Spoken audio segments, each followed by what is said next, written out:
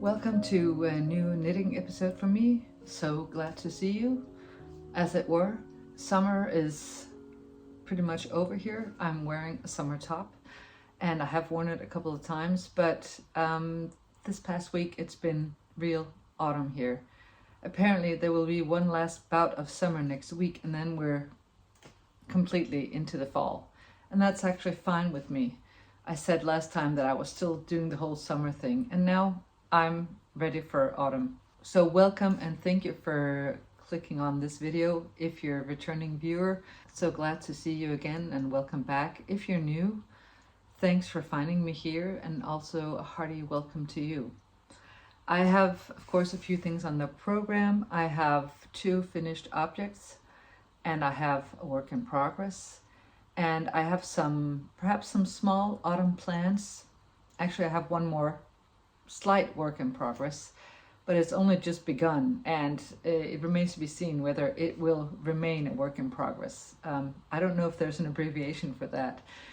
And I also want to share some thoughts and footage from a workshop that I went to with Natasja Hornby, or Moonstruck Knits, when she was in Denmark. It's probably been about a month. And the reason why I didn't show it immediately was that I had just filmed the last episode 2 days prior to going to this workshop. So I had to wait to include that because I was editing the last episode and didn't want to put too many things together. I'm not going to show you all that much footage from the workshop itself because that would have been, in your face, both for her and the other knitters. But I will tell you a little bit about it, and then I'll show you some footage from this fashion show that was put on, where she showed a number of her shawls and sweaters, which was so interesting because I'd seen them all on Instagram. So suddenly I saw them live and got to touch some of them. So that was really lovely. And also, before I begin, let me apologize for the wind in the last video. First, let me mention just briefly, in the last video, I sat outside, and one of the reasons is that it was cooler. It was easier because I don't have to set up as much lighting. You can't see all the lighting that's going on right here, but it doesn't take me as long. So if I'm pressed for time a little, that's just nicer. And I do enjoy sitting outside. But a few people were annoyed by the wind, and I'm very sorry about that. I think we all probably react to things differently. And I think our screens and our sounds also sound different because some people were not bothered at all and others were bothered a lot. It's tricky. And of course, it was not my intention to just be oblivious to wind blowing in your ears. For me, when I edited my video, it wasn't that bad. And for certain others, it wasn't either. So I'm sorry that it bothered some of you, and I appreciate those of you who wrote to say that it didn't bother you, because it was a little hard in the subsequent days, because you do your best every time. Anyway, so I'm safe inside now. I hope the sound is good. There's a bit of white noise from my computer, I have to say. I hope it's gonna calm down. I just want to show you, some of you gave me some tips. I do have a separate microphone just because some of you suggested I get one. And I also have this thingy that I put on outside. Maybe it just wasn't working properly. I have no idea. But just so you know, it's not something I take entirely lightly, but I don't want it to be overwhelming either, if you know what I mean. I also just want to mention 1 or 2 books that I've been reading lately, in case anyone's interested. And maybe my profile on Goodreads, in case anyone's interested. I used to be extremely active on Goodreads a few years ago, and I wrote lots and lots of reviews. I don't do that anymore because you can't both knit and read books and write reviews and have a job and whatnot. So, you need to be wise with your time. Which kind of brings me to the quote. If you're new here, I tend to start with a quote. I don't know how I got started with that, but it's something that I've been pondering perhaps, or it sets the tone, or it's just something I'd like to share. And it's always somehow related to the knitting, but also related to life. If there's another kind of rumble that you hear every now and then, it's just my stomach, because I haven't had breakfast yet. It's still morning here in Denmark right now. I have to make the most of it when the house is empty, which is another tricky thing. If I can sit outside sometimes, it doesn't matter how busy the house is. Okay, so the quote I've chosen for today is something I couldn't find out who it's attributed to because it seems to exist everywhere, and it's probably also something that you've already heard, but maybe in a different way. The quote is basically, "We are not our age, we are our energy." And I just want to add one or two words to that. It seems to me that it's kind of a better version of saying that age is just a number, which is a kind of phrase that people begin to say when they get older, and younger people roll their eyes.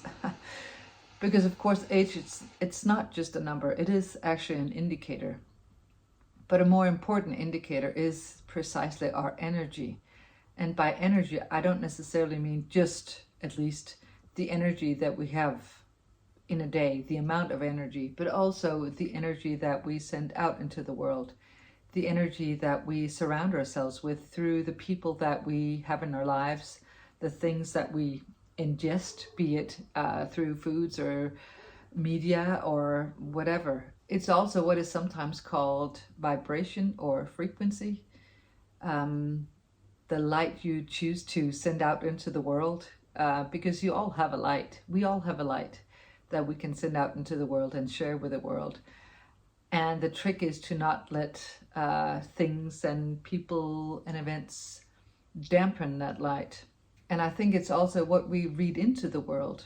You know, one situation, same situation, can be interpreted in different ways by different people. And I think it's a daily, if not moment to moment, challenge to try to hold on to that light, to seek and find and hold on to positivity wherever we can.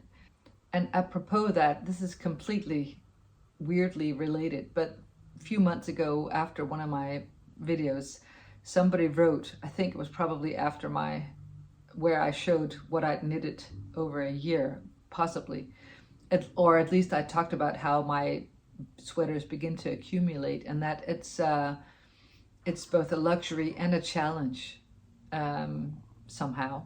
And somebody wrote to precisely say, well, how do I deal with that? Because I'm a minimalist, and I get that completely. I wouldn't necessarily call myself a minimalist, because that's I'm always wary of labels. You know, apropos, we are not our age, but our energy. I don't want to be boxed into something that can be too confining, but I do try to become a little more minimalist as I go on in my life, and not just accumulate without there being a purpose to something. If it doesn't bring joy, I try not to accumulate it. In fact, I try to get rid of things. That's not really the case with my knitted objects. And one of the things that this quote got me thinking is that maybe it's all right to have one area of your life where you're not so minimalist. Maybe it's more important to get rid of anything toxic in your life, be it environments, a workplace, food, people, social media, you know, whatever it is for you. I think that's more important for our mental health. The other thing is nice. I haven't quite found a solution to that yet, and I think it's okay. Let me get into the knitting. What I'm wearing, of course, the Agave by Yumiko Alexander, which I was still knitting on in the last episode. The yarn, as I mentioned, is Lunae by Sentness Yarn, and the color is color 3820. It was called Pearl Grey, and as I mentioned, I think for me it's a little more oatmeal, almost a beigey gray, not quite pearl gray. Most of you are completely familiar with Lunae. I'm late to that party, and for those of you like me who weren't familiar with it, it consists of 53% cotton, 33% viscose, and 14% linen. And it's not the yarn that Yumiko Alexander used in the pattern. She uses her own, I think, Dando linen. And while I think this does the job, it's nice. I've worn it a couple of times, and it's fairly drapey and it's comfortable. It doesn't itch up here, even though I have my tank top underneath goes down like that, and that's important to me, that I can wear it on my skin, especially since it's a summer top. it still doesn't quite give me the look that I liked when I first saw hers. And probably I should have known that, because if there's cotton in something, it makes it heavier and a little denser. And the other linen tops that I have are slightly more even see-through, I would say. So I could probably have gone up maybe half a needle size. That's half a millimeter every time I say that. But then the fabric would have been a little more see-through, a little more sheer, which I think would be good for a pure linen perhaps, but not when there's cotton. But I do like it. I think if I'd gone for a more expensive yarn, it would have elevated it more. Someone wrote to say that she was making it in a knitting for olive silk, and I think that would actually also be a really beautiful version. I imagine that you could also knit it in something that has a sort of more of a sheen to it, another kind of silk, anything that has drape, which is kind of apropos to the next finished object. And of course, it was a very inexpensive yarn, and I am happy with it. I think if you knit it in a more luxurious yarn, if you know what I mean, I think it might elevate it. And if I were to make it in white, I would probably try to find the yarn that she used or something similar. The problem was if I had to buy that one, it was over Etsy, and I think one ball of that yarn or one skein of that yarn cost almost the same as the entire sweater here. So I opted for a less expensive version. I think that's fine. Sometimes it's not as if every piece has to be elevated. But just some details. The gauge is 15.5 stitches on 5.5 millimeter needles, or US 9, and I got gauge when I knitted the stockinette, and I even washed it. And yet somehow I knitted the size 2, or the stitches for the size 2, the pattern for the size 2, but somehow it came out size 1. Not sure how that happened, but it's fine. I like the ease here, so it's all right. It's a little on the short side, I have to say, and I don't actually usually go for cropped garments, but in this case I think it's fine. I do like it. That means I have the circumference here is 106 centimeters or 41 inches, which gives me about, 27 centimeters of positive ease. Not sure what that is in inches. I'll write it here on the screen. One modification that I made is that I made one extra pattern repeat. You're only supposed to make 3 on the sleeves, but when I was up here, I didn't like that. Hers came down to her elbows.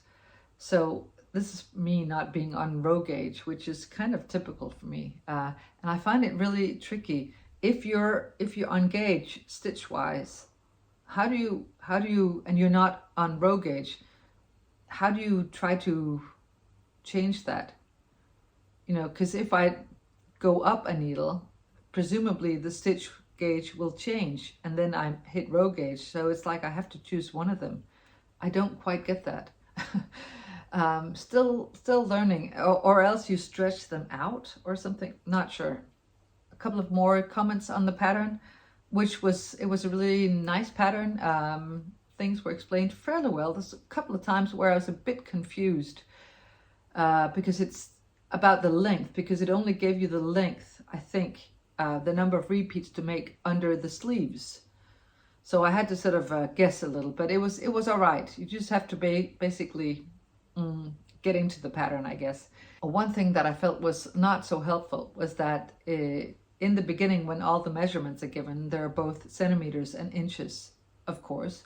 But then later on throughout the pattern, when it says this many inches or whatever, the number of centimeters is not given, it's only inches. And I think, you put centimeters, please, all the way through the pattern, because I had to sit and calculate sometimes. And it's not like I can't do that, but if you're already putting them into the beginning, might as well do it the whole way through. Minor thing, but I do think it's nice for knitters, because a lot of us do look at centimeters, most of us here in Europe.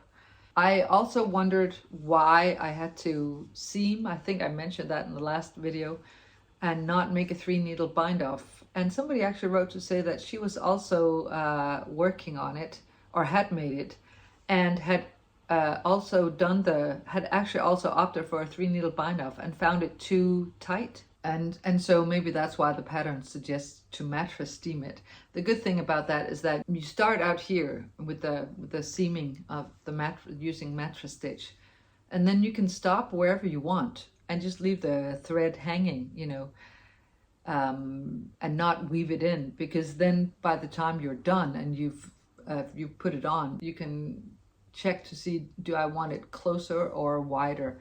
And as you can see, I opted for a fairly wide boat neck because I'm already going to wear a tank top underneath it with this open lace pattern. So and also maybe because I'm wearing black pants with it, I like that there's a bit of black here. To me, it's fairly logical. But I've actually tried once wearing it without a tank top underneath, and you can just push your bra straps a little further out, and it was fine. I did have to try a few times for the mattress stitch, because you want at least I want the knit stitches to align with the knit stitches, the purls with the purls, etc. So that, you know, you do need to fudge a little maybe, because they're not necessarily exactly the same. If you're a beginner and you want to make something like this, on the sleeves, what I did was I placed stitch markers between the pattern repeats just to make sure I was on target every round. And it just made it easier. I didn't have to think, did I now make that yarn over or am I into the next one? It just makes it easier. I've tried that before. It's just, you're less unsure of yourself, I find. And I also want to say that there's the scalloped edge here it's a little less visible here, probably because I steamed it too much, but you do have this slight scalloped edge. And I remember when I first saw it, I wondered, how did she do that? And all she did was continue the pattern and bind off. It's because of the lace pattern itself that once you bind off in the lace pattern, it automatically makes that scalloped edge, which I think is quite beautiful. And one thing that's interesting is that when I showed it to my partner, I told him it's by this Japanese designer called Yumiko Alexander. And he said, oh, I couldn't have imagined that it was Japanese. To me, it looks French. I'm like, huh, okay. Could be because of the color. And then when I showed it to a friend of mine who knits, actually she's like, oh, that doesn't look Japanese to me. It looks more French. I'm like, seriously? So I'm not sure what it is. Is it the lace vintage look, which was also one of the things that I fell for? I'm not sure. By the way, a gray cloud is now passing and my living room is suddenly quite a bit darker. This is the Danish weather. I also really like how this lace sort of disappears up into the ribbing. That was one of the things I noticed when I first saw it. I really like that. And you don't do anything special for that either. I was wondering, how do you do that? It just continues automatically from the way she's written the pattern.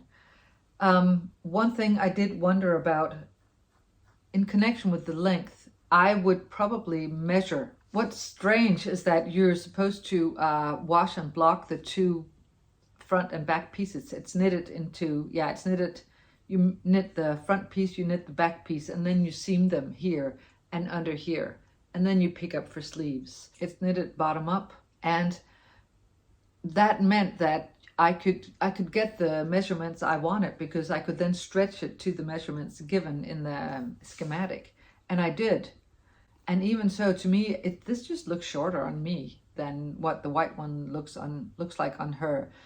Even though it's supposed to be the same size. It says that she's wearing the smallest or second size, so not sure. But you can always add one more repeat if you want it longer. That's what you're supposed to do if you want a longer version as per the pattern anyway. So I'm very pleased with it. It's a kind of a different addition to my summer tops for sure. And it's actually not too cool on a day like this, because I always get a little hot in front of the camera, to be honest.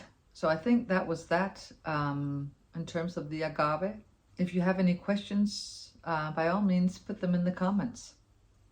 But I can definitely recommend this pattern. I think it's unique and beautiful and surprisingly easy to wear.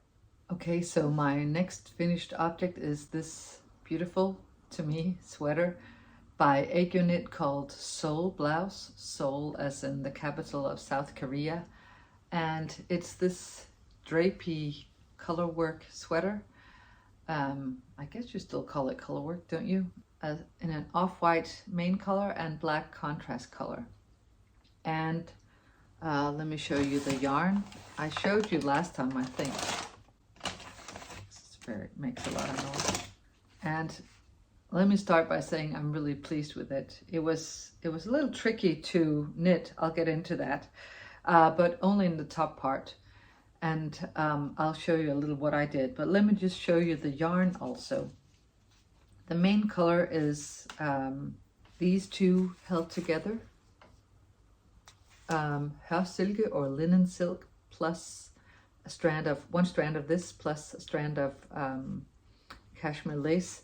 It was a unique knitting experience because although I'm used to holding strands together, this one, the linen silk, which creates the most gorgeous fabric, it's lovely to wear and it has a beautiful drape to me. It is sometimes a little tricky, I don't know if you can tell, to knit with it. Here you can see that sometimes the strand is like it consists of 3 mini strands or something like that. I guess it means it's not plied. Is that what it means? Or definitely very loosely plied. So you have to be careful. You can't just mindlessly sit and knit like that. You can sometimes, or at least I did sometimes, but you feel with your finger how the yarn is sort of behaving. This is hørsilke or linen silk, is 30% tussa silk and 70% French linen. And it has this, you probably can't see here, but it has a, yeah, you can, I think, a slight sheen to it. And it's just beyond luxurious. And then of course paired with this softest of soft cashmere lace. Colors, this is color 100. And this is color 103. I don't remember if this one has a name, but this one was marzipan, I remember. And same qualities for the contrast color, of course. Here I have, this is the ball of yarn that I have just dipped into. It's completely black, the cashmere lace. It's color 599. But then the silk or the linen silk is this more charcoaly black. It is called black, but it has these little, I don't know, flecks in it that make it a little more, I don't know, not exactly variegated, but not a solid black. And I think it's just, oh, I love it. And I have one of these left and one of these left because I was very much in doubt about how long to make it. You can see mine has 4 stripes and it hits me at around my hip, and it's 44 centimeters long. And in the pattern there are instructions to make it longer if you want, if you're taller than me, which a lot of people are. I'm 5'2" or 161 centimeters. So I didn't want it too long. So I have 4 stripes or bands of color work, and same on my sleeves. So you will need to take that into account if you knit it. How tall you are, how long you want it. Do you want a cropped look? And as I actually said before, I'm not usually into a cropped look, but for this one, I think it made perfect sense. Oh, I forgot to say that the yarn is by Gepard Garn, of course. They have some absolutely lovely yarns, I have to say, and this combination is definitely pricey and luxurious, but holy moly, it's one of the most luxurious combos I've tried so far. And for somebody with sensitive skin, it's even more luxurious, or it's more of a relief to wear something that I can wear on my skin. And because of the cashmere lace, it's not, you know, it's not necessarily a summer garment. I will still be able to wear this, I think, when it's colder, but it's not too warm. It comes in 4 sizes. The smallest has a bust circumference of 120 centimeters. I will put on screen what that is in inches. And the largest size is 144 centimeters. I made the smallest size, and mine is a little less than the amount or the measurements given in the pattern, even though I actually went up half a needle size. She initially used a 4mm for the pattern. I test knitted this, and several of us went up to a 4.5mm needle, or US 7. And I think she ended up writing that in the pattern because she knows that she's a loose knitter. But even so, I ended up with 116 centimeters across, or 45 inches. So it's just 4 centimeters less. But I love the fit of this. It's gives you the drape. It gives me the drape that I like without being super oversized. It's oversized, but in the way that I like it. Of course, it's stranded colorwork, and the stripes or bands of colorwork here were kind of inspired, I think, by Asian script signs, Korean script signs, but then also by regular stripes. And I think it's landed nicely somewhere in between. And since it's stranded colorwork, I had to there's always the whole question of tension, getting your tension right. And I know a lot of people go up a needle size for the colorwork. I don't do that because I tend to spend a lot of time sort of pulling on my right hand needle anyway.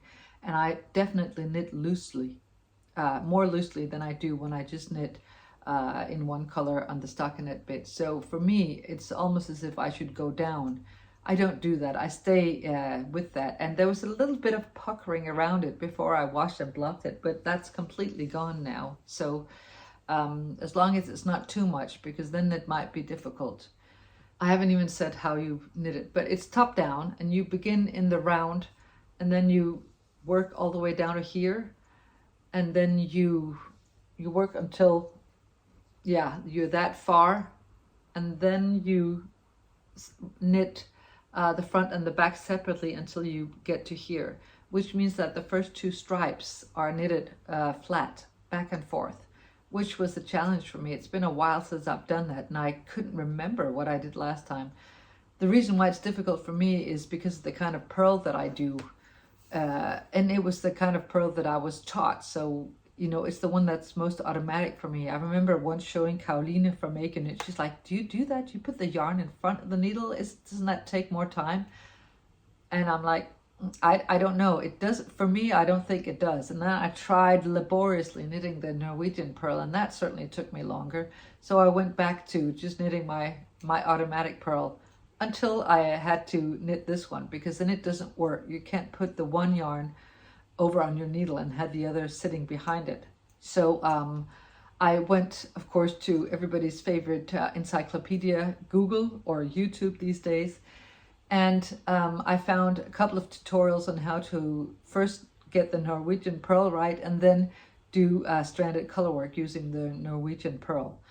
And I've actually made a little video just to show you how, this is for beginners, people who are not that used to it.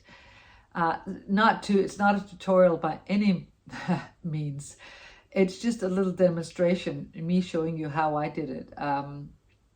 And I'll see if I can find the videos again that I used, because they were very helpful in letting me find out how to knit the colorwork back and forth. The tricky thing is not to do it on the right side, but the wrong side, because you knit backwards. And of course you read the diagram backwards. That's not a big deal. But the purling was tricky for me to begin with. So that was nice, because I had to do it both for the two stripes on the front, two stripes on the back. And of course, by the time I really got the hang of it, I joined in the round and could just do it on the right side, which means no purling. Okay, so I just wanted to share how it looks when I knit this color work. Hopefully you can see just a little. This is by no means a tutorial. It's simply to share, to show you what it looks like. I'm always curious when people knit in different ways from me, what they actually do. And sometimes I'll spend a lot of time adjusting the stitches like that. Usually when it's just a few stripes like here. And also the first time I saw people holding the yarn in a different way from me, I was surprised, because I didn't know you could hold it differently.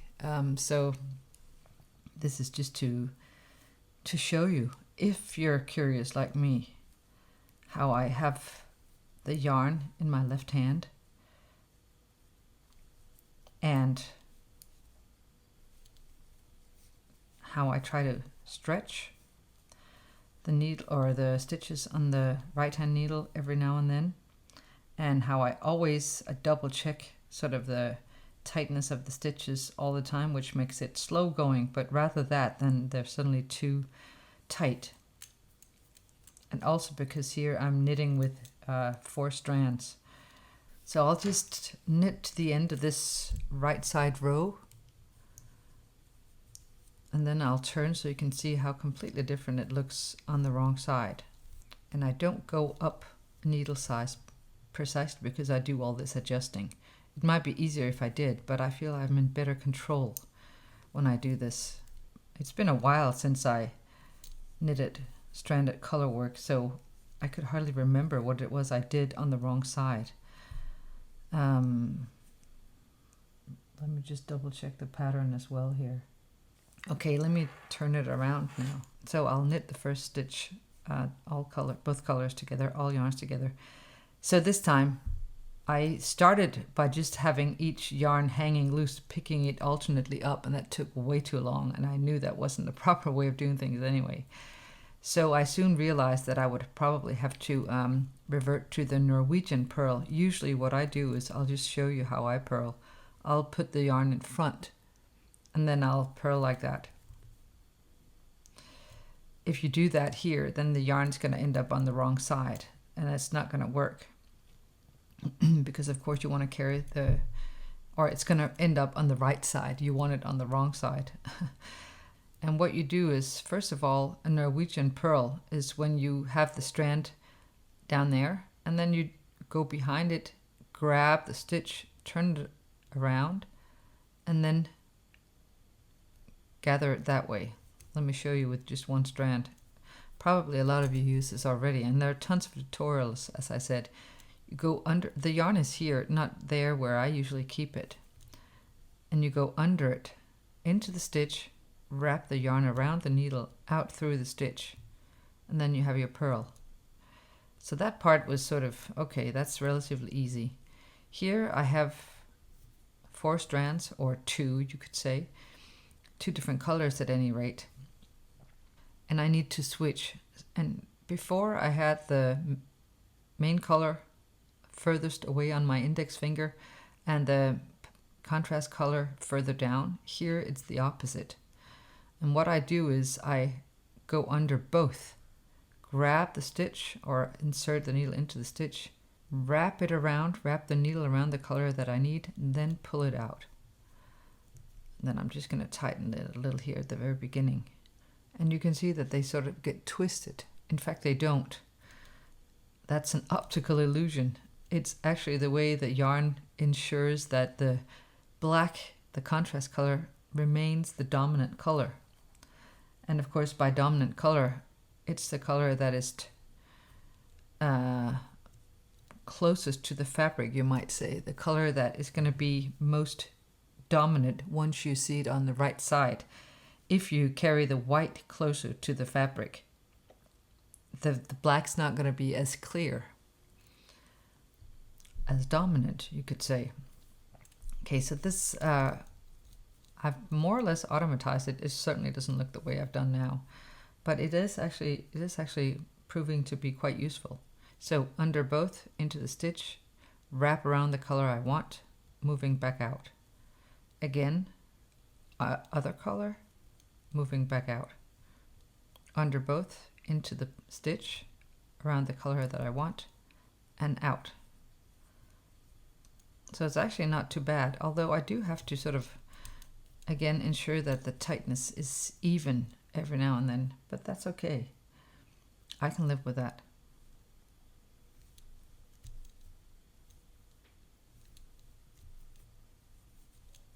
Of course, I have to check the pattern also quite often, so it does require some concentration.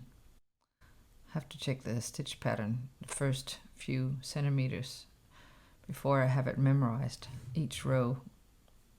Although it does become intuitive because the bottom is pretty much the same as the top. It was nice to sort of relearn that technique.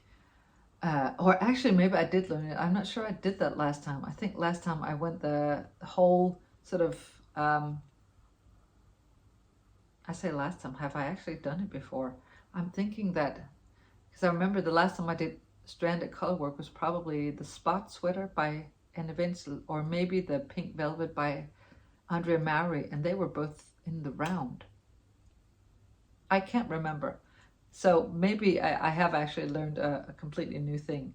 And also, you of course hold the dark contrast color dominant all the time. And for anyone who hasn't knitted color work, that simply means that if you have the fabric here, you have the sort of two yarns behind, you want to make sure that the contrast color is closest to the fabric at all times, so that when you then look at the pattern from the front, you see it more. Because if you have the main color closer to the fabric, more dominant, then it will obscure the colorwork pattern. That probably doesn't make a whole lot of sense. Thankfully, there are lots of videos on that too. I seem to recall I cast on with a 4mm needle or US 6 in order not to get too wide a boat neck. And by the way, this looks quite similar to the boat neck neckline I had on before. And if you're the kind of person who doesn't like that, what you can do is, because the pattern actually says towards the end, you pick up and make an I-cord edge here. There's an I-cord edge along at the end of the sleeves and at the bottom of the hem as well, which makes for a really nice finish. But up here, it tells you to pick up a certain number of stitches if you want a closer or sort of more tight neckline, but more open for especially the larger sizes if you want it a little broader or a little more open, a little wider. And I first cast on or picked up the stitches for the more tight neckline, since I'd knitted the smallest size, and ended up unraveling that because I felt it was too tight for me. I didn't want it up, or sort of, I didn't want that. I wanted I don't know, to me, it just, I like the floaty open look. You can of course customize that according to how you like your neckline.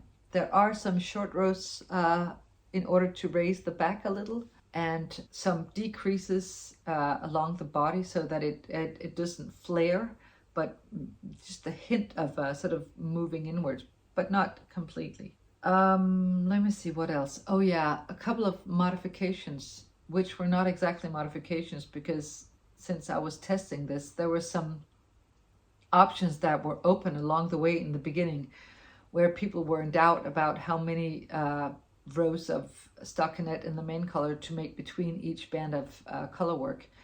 And the pattern says one thing here, and on the sleeves of course, and also towards the end. And I ended up making 2 more rows between mine and only 4 of these stripes, whereas the pattern has you make 5 and then two fewer rounds here.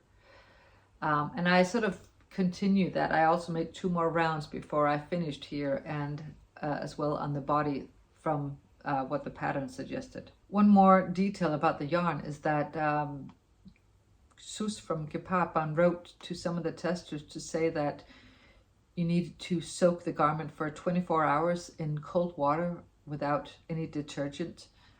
And you don't necessarily need to do that, but it makes it more not fluffy, but furry, I'm tempted to say, sort of garment. And I saw Kaolina has 2 different versions. She has one where she only let it soak for 4 hours, and one where she let it soak where it had been soaked for her for 24 hours. And she actually preferred the first version because it made it a little sort of not rustic, because it's certainly not rustic, but at least a little more linen-like and not so woolly, if you know what I mean. And Kaolina actually preferred the version where it had been soaked for only 4 hours, because it was closer to the original, where the linen is a little more prominent. It's as if when you soaked it more, it became slightly denser, slightly more, not fluffy, but almost woolly. And so it would depend on what you prefer. Of course, you could choose completely different yarns, completely different colors. Somebody wrote to ask me on Instagram, where I posted the picture of the finished garment, and she said this is a little on the pricey side, so I might go for a different option. And I agree, it is on the pricey side. I would say that if once in a while you splurge, maybe this is the one to do it for. But if you have yarn in your stash, or if you want to simply use different yarn, you can't get hold of it, or it's way beyond your budget, I totally understand. I often like to go rogue in that regard as well. What I would suggest is that if you like this kind of drape, I would suggest that you find something that has some silk in it, and or linen. You can always combine it with maybe a strand of wool, a thin strand of wool, because it's nice to get the drapey effect. But of course you can also avoid the drapey effect, the overly drapey effect, and choose something completely different and get a different look. I haven't seen that, but I'm sure that would work too. Depends on your tastes. And of course I've gone for the monochromatic look here with the white and the black.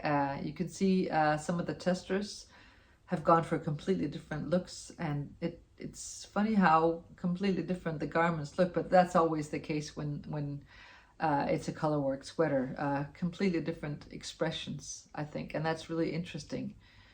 Some have made a darker main color and then a lighter contrast color, and there's some really beautiful versions. But of course not that many yet, because it's a brand new pattern, and it has come out by the time you see this, because it takes me a while to edit. I think that's that in terms of the Seoul Blouse. I absolutely love it, and as one of the testers also wrote, it gets commented on when you're out and about, and I think it's a little different, and I really love that. It feels easy to wear and relaxed. It has a relaxed fit, relaxing to wear, and at the same time, you know, I think it's stylish in a casual way, and I'm all about that. Oh, one thing I just wanted to mention is that in a previous video, I think the one where I talk about the crystal sweater, that minty, light minty sweater, I mentioned that I don't have small needles for sleeves, shorties, I think some call them. And then this lovely viewer Regine from Germany. Hi Regine, thank you so much. Still, she wrote to ask me if she could send me a gift. I mean, hello.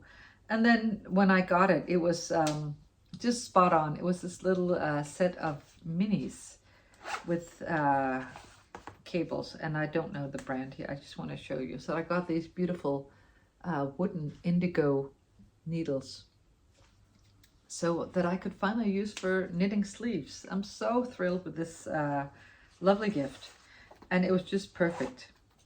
And then there's of course also a little cable here that's so much shorter than the ones I have, and it's just delightful. I'm so pleased with this amazing gift.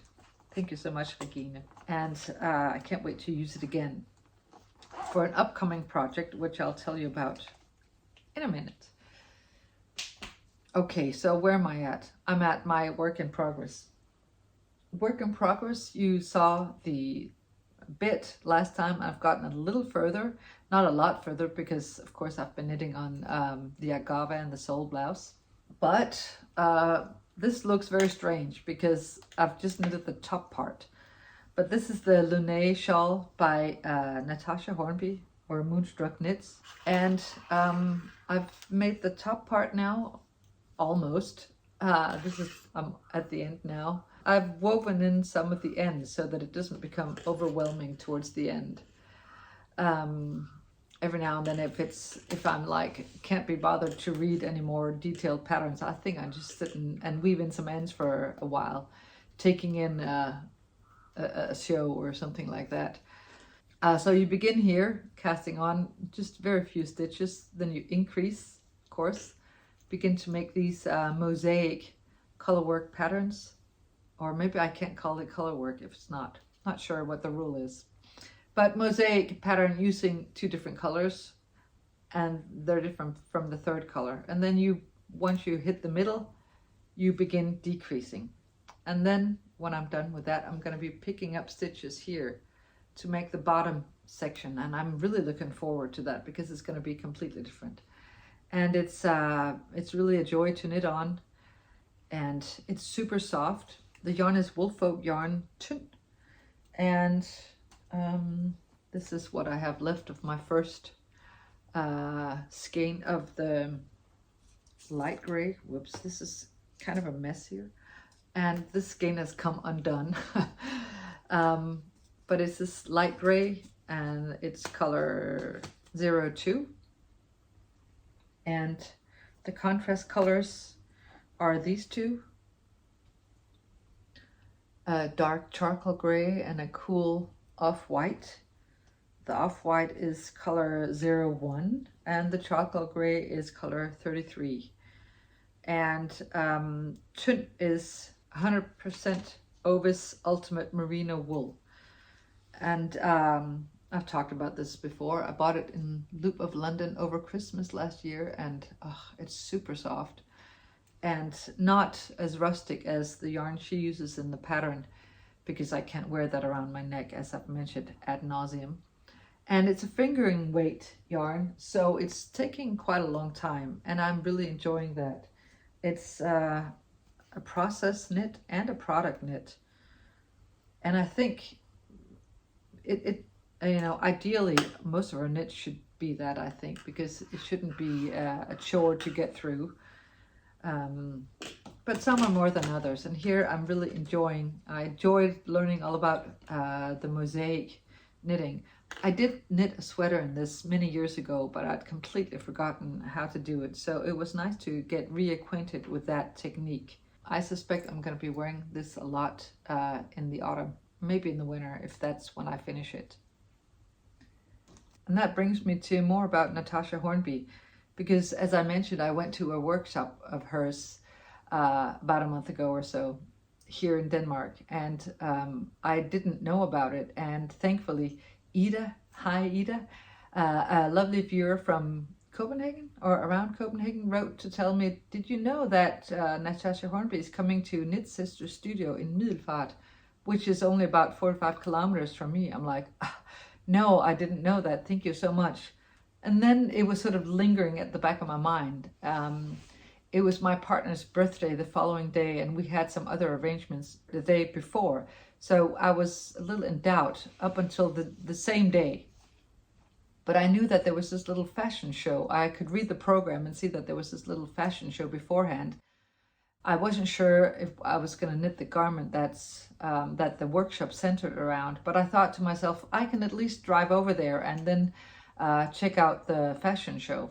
And of course, once I'd driven over there and checked out the fashion show, which is what the footage shows you something from, I was all ready to participate in the workshop, not knowing if there was still a room. So I asked the lovely owner of Knit Sister Studio if I could participate, and she said, I think we'll figure something out.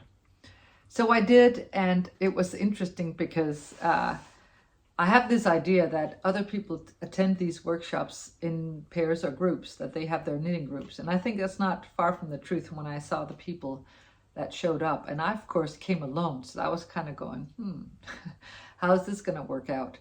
And I found some parking in Middelfart when I arrived there and walked around a little going, so, you know, what should I do with myself before I was there ahead of time?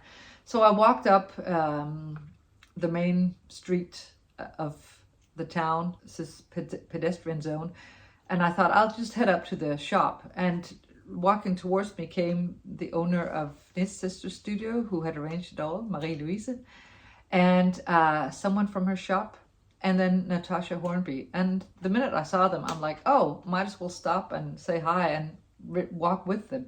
So I said hi and started chatting as if I'd known them forever. That was kind of funny. The minute you feel awkward, you might as well just take the plunge and just, hi, lovely to see you in Denmark, that sort of thing. And can I just say right off the bat, Natasja Hornby is so lovely. She's completely kind, and I wouldn't say casual, because since it's not the word I mean, but she's so easy to talk to, easy to understand, a pleasure to be around, and you don't need to act anything. I don't know, she was just really, She was really nice. So we headed to this little square, and I said to her, wow, I really admire your courage doing this fashion show in front of whoever came to this square in the middle of the town. She said, yeah, I didn't know about it either until a little while ago, so I'm feeling a little courageous too. And she did really well, and it was great fun.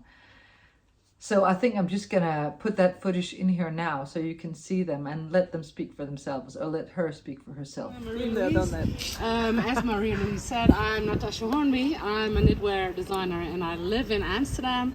And Marie-Louise has invited me here to Knit Sisters weekend. Knit Sisters is this beautiful yarn shop just down the street. If you haven't visited yet, most of you did, but if you haven't visited, go. It's fantastic, really.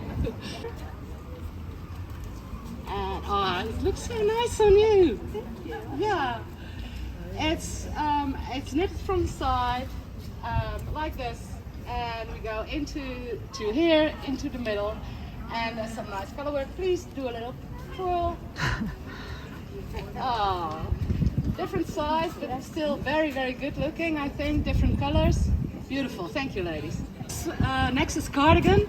I've designed this for a knitwear retreat.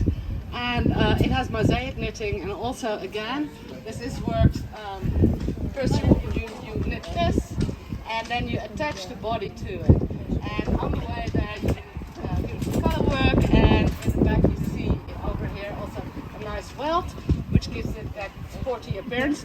I've seen them in mine was inspired by Shiboro and by Japanese embroidery, so I took the colors of that, but I've seen them like in fluo pink and yellows, and they're all amazing. So thank you.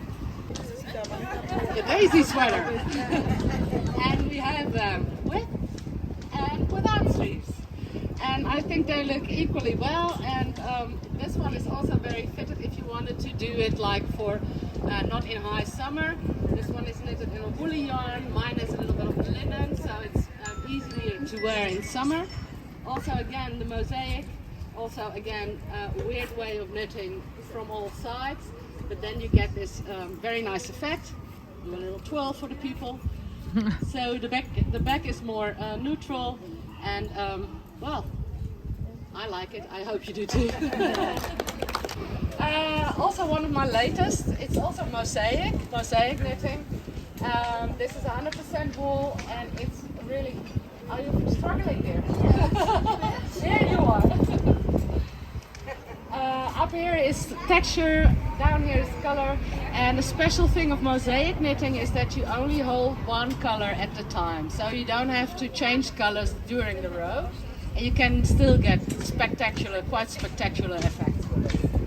This is, for now, I think this is one of my favorites, and there's a very new thing coming, which I cannot show you yet, and it's also based on this color work, because I really like how the colors flow in this pattern from one color to the other. Thank you.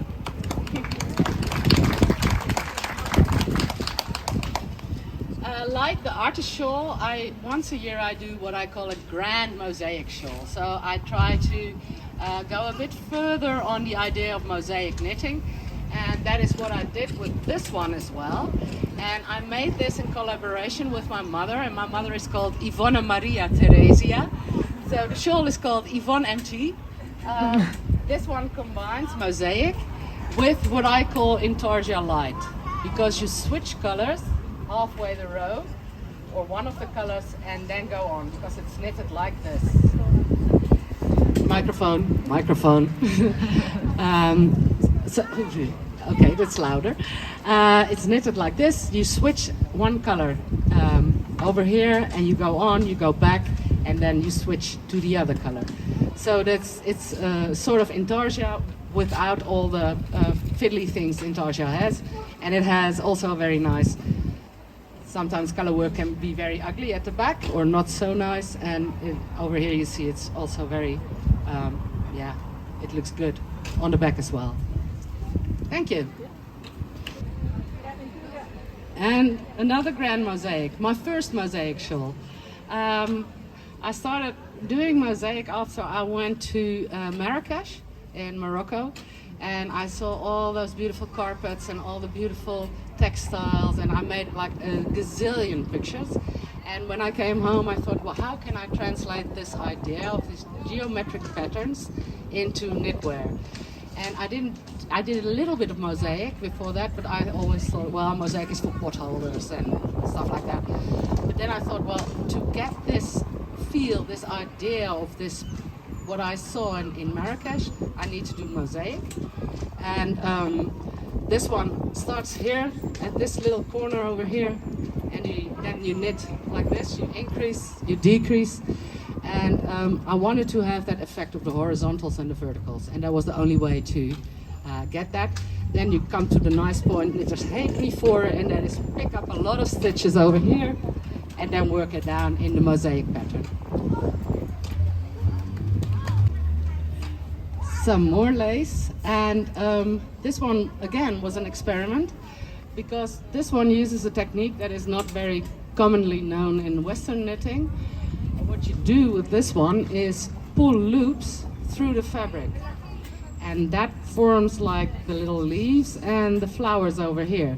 So you get something that is very different from what we usually see as lace or textured knitting.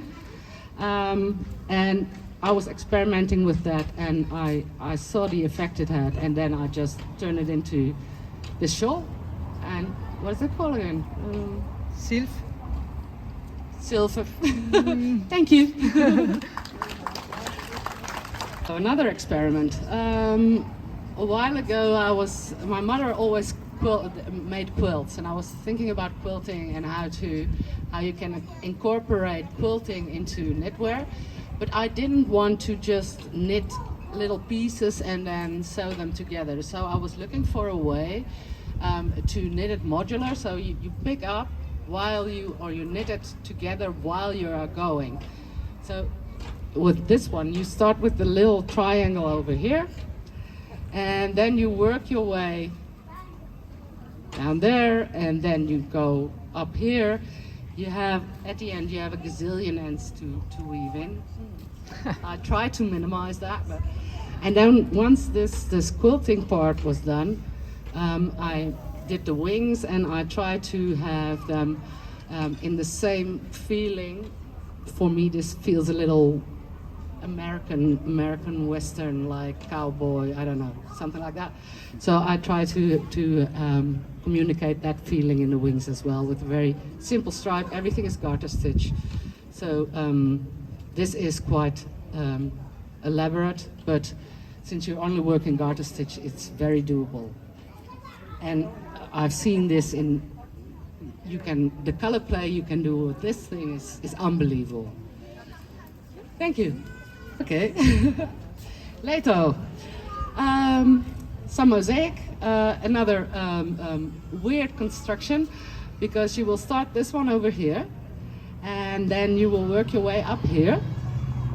You will cast on here, but it's a double-faced cast on, so you can do the front and the back at once, no sewing required. And then you do the other half, and you attach the two halves here with the little mosaic, and then you do the color and the ribbing of the body. So later, nice and warm in winter. This one is new. It's called bloem, and bloem means is flower in Dutch, and I think you see why I called it that. It's all over stranded color work. It's quite easy to knit, but it was like very complicated to grade, because I wanted for all sizes to have the flower here, to make it able to lengthen it, to have the stripes on the sides, and they go through into the sleeves as well. So what I did is, for the smaller sizes, I cut into the flowers over here. When the sizes get larger, you get more flower, and when the sizes get like to the end of the spectrum, what I designed for, then you have more stripes over here.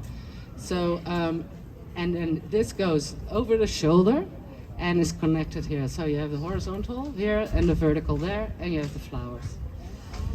So, yeah, thank you. And Har I jeres Yara-sjaler med? Kom op med jeres Yara-sjaler.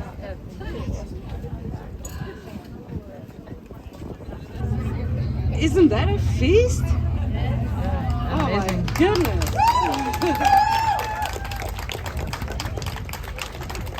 So very beautiful to see them all together. And it's a Yara shawl. It's another one of my grand mosaics. And as you can see, every wearer can make it its own. It's so versatile. If you change the colors, and then you can just align it with your style and with your sense of color and make it, well, yours. And if I look at these are all heirloom pieces. They're gonna be like in your families for like forever. I love them. Thank you so much for showing me. And this, ladies and gentlemen, is the Corbis sweater. Oh, and isn't it just marvelous to see them all together? And also this one shows how much a knitter, if you're a knitter, you can make things yourself, which is wonderful already.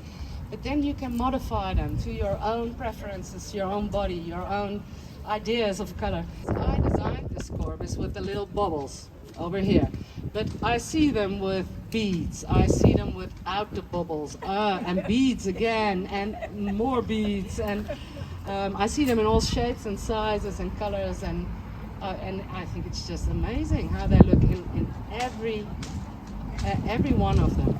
Beautiful. This one is also a weird thing to knit. You start with like a poncho. Can you stand up for me, please?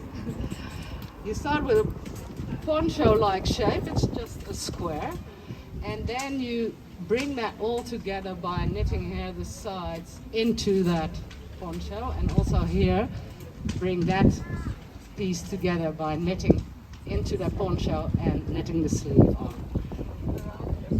Yeah, in the round, only here, flat, all over the place. Beautiful. Thank you. Did you notice that moment when she forgot the name of one of her shawls and that someone knew it? That was me. And it's not because I'm especially familiar with that shawl, but I'd just been browsing all her patterns and just oohed and awed over many of them. And the Sylph was one of them, probably because it has this striking green color, but also because there are many of her shawls, other shawls that I'd like to knit at some point.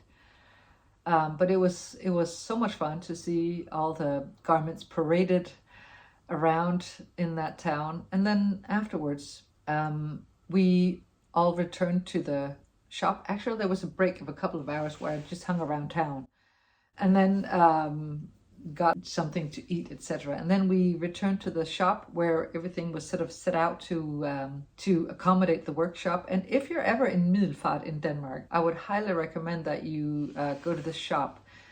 I think it's moved to a new location now where there's a bit more room, and it's really lovely. It has a lot of yarns, Danish yarns, and also a lot of hand-dyed yarns, and it's really a beautiful shop. So the workshop centered around a certain garment that Natasja Hornby was going to guide us through the beginning of it, and that was the daisy, which is a top that can be both made into a summer top and a more sort of wintry top with longer sleeves. And I wasn't, I had all these other garments in my queue, and I just hadn't been thinking about making this particular garment, so I was a bit on the fence about attending the workshop.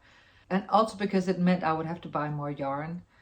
So ultimately what I found out was that I had 2 skeins, let me show you, or 2 balls of Wild and Soft left over from the Suk Moon sweater that I made by Agave last year in this dark black color. It's dark.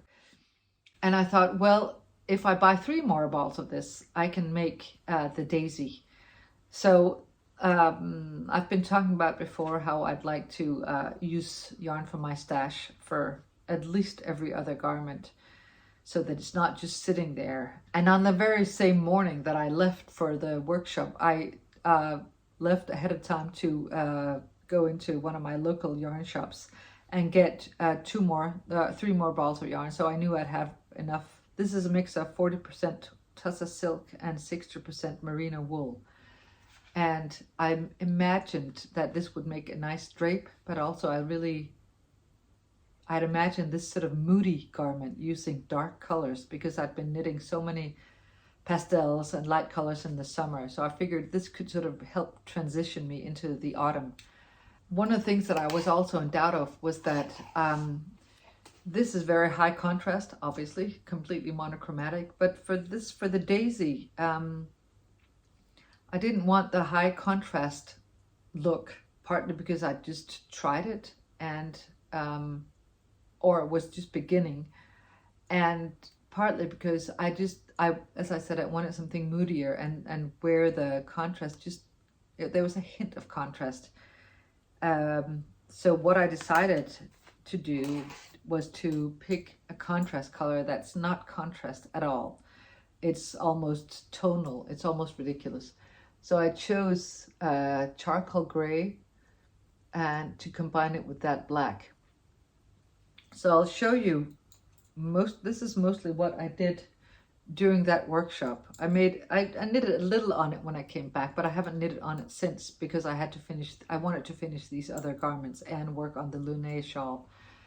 So this is what I have so far. So you can hear, because of the light, you can clearly see the contrast or the pattern. Of course, once you're out in daylight, you might not be able to tell so much at all, but it will give you the texture. And it's also mosaic knitting. So she walked us through the first steps, and it was really interesting because there was a knitted up version displayed in the shop, and Natasja just showed us how she'd thought up the whole construction, which was really interesting. So you begin with this little square, which is the center piece, and you begin in the bottom corner and you knit your way up, increasing, and then you decrease, which means that if you just knitted it up like that, they would have looked like crosses, and she wanted them to look like flowers. So she turned it so that you knitted on the bias, I think she called it, which is really interesting. And I was super pleased that I already tried the Lunae Shawl, so I wasn't too new to the whole mosaic knitting, but she walked us through it really patiently, and she praised everybody for their knitting skills, which was so sweet of her. And I also just want to send a special thank you to Ida and Lisbeth and Dorte, if you're watching this, because they really made me part of their little group, which was so nice. It was absolutely lovely to be part of other people's knitting group for a while, and they were lovely souls. I wish they lived closer to me. Then I would definitely be tempted to ask, could I attend one of your knit nights? I also just want to say I didn't take any footage during the workshop because that would not be, that's not the done thing. And I didn't take any selfies either because it wasn't a fangirl moment. Nobody did. It was an all-round friendly atmosphere. And by the way, right before I left, there was an eating together kind of arrangement in the evening, and I didn't take part in that. I drove home, and I said goodbye to her first, and she said, "Oh, bye, have a safe drive home, Silver Sister." You know, she is just so pleasant and nice and sweet, I have to say. And also, she gave us a couple of tips. Well, she gave us many tips, of course, for the daisy, but one of them, she was wearing one of her versions, but has an earlier version also, I think she said. She said over time that neckline began to droop a little. If you've made that garment, or if you have another garment that begins to droop, she had a tip, and that was to pick up stitches and around the neckline and crochet one round. And I thought that was interesting. It made it tighter. Ida suggested, which she had done on a garment, to pick up one round and do it with knitting and then bind off. And that's also a really good suggestion. So throwing that out there in case someone has a garment that needs to be tightened a little up here. If I choose the crochet thing, I'm going to have to look to a tutorial, but I'm already thinking I need to learn to crochet at some point. By the way, I was wearing my Yoni top. She pronounced it Yoni there, and everybody who attended the workshop was wearing something by her, which was also lovely. And I don't have footage of where we're all sitting on the stage wearing the Yoni top because Natasja Hornby motioned to me that I joined the group, so I couldn't film at the same time. But it was fun to see all the different versions of the Joni top in different colors and yarns. And by the way, a note on the Joni top, which is Natasja Hornby pattern that I knitted last summer. I'd worn it a couple of times and I noticed that it began to stretch a little. And for white linen yarns, and especially white yarns that you wear in the summer, they can become a little sort of, sunscreen and just, when you begin to wear them, if you're hot, you want to wash them. And somebody, I think a viewer last year, suggested that I tumble dry it, because I'd also noticed that it became a little wider. It began to droop a little. And she said, why don't you just wash it and tumble dry it? And I'm like, tumble dry it? Sounds a little dangerous. But I did. And it just sort of went back to its original size. So for that particular linen yarn, it certainly helped. I don't know if that applies to all linen yarns. No idea. On that note, God, I'm digressing. But on that note, this one, since it has a strand of cashmere, the pattern tells you to give it a little spin in the washing machine. And I did for 7 minutes. And I've done that before when there's cashmere, and it just opens it up more. And it's not dangerous as long as you don't tumble dry it or give it long spin. And then this one, this one, it just makes it bloom a little better, apparently. One thing that Natasja Hornby also mentioned, that she asked us first, do you want to go straight into the workshop, or would you like me to tell you a little about myself? And of course, we all wanted her to tell us a little about herself. And interestingly, she had been on a completely different path. I think she was working up to write a PhD in psychology or psychotherapy, and had been working with prisoners. Wow. And that was becoming increasingly tough. And suddenly she'd been knitting and had begun to make her own patterns. In English, by the way. She has to have a translator for the Dutch patterns, which I think is super interesting as well. Suddenly she decided to abandon the job that she'd had for many years and strike out as a knitwear designer. And she has never looked back since, and is really pleased. And then she said, I can highly recommend changing occupation after 50. And I didn't say anything, but I sat there in my corner going, I can completely agree. So she was very personal in that way, so easy to relate to. And it doesn't make a difference when you love somebody's patterns. And then again, it does. It's just, it's nice when you realize that the knitwear designer is also a really nice person. And she definitely was. And can I just also say that a lot of the samples that you saw in the fashion show, she brought them back to the shop so we can all look at them. And it was just really nice. And at some point, when she was talking about that thing in the daisy, she's like, yeah, why don't you just feel the neckline here? And she was standing, and I'm like, really, is that okay? So I felt the neckline. I could feel, yeah, it's definitely sturdy now. And I would definitely love to attend one of her workshops in Holland at some point. I know she has them on the island of Texel, where she's from. That would be very enjoyable. Okay, so I've been waxing on about the workshop, but it was very enjoyable. If you ever get the chance to attend one of her workshops, I would highly recommend that you do. Okay, so let me just talk briefly about some of the plans that I have. I'm going to be working on a completely different kind of sweater for Agave Knit, a test knit again. I do love their patterns, and it's going to be in a completely different color as well. I don't have the yarn yet. I will be getting it next week, and it's going to be in Snifnook. And she hasn't released anything about the fit yet, or the pattern yet, but it's going to be definitely a very sort of autumn vibes, kind of outdoorsy type of sweater. So I'm really looking forward to that. And I've worked in Snifnook before, and I really enjoy it. Then I mentioned last time that I was thinking about a test knit, and that test knit is long past now, and I never got around to it. And I'm sorry that I didn't. One of the reasons was that it was still hot, and I just couldn't knit with woolly yarns. But it was the Gotland cardigan by Lærke of Fiber Tales. And it's a really beautiful cardigan that I still love to knit. However, I'm not sure that I have enough because I think the pattern calls for maybe 600 grams of Gotland.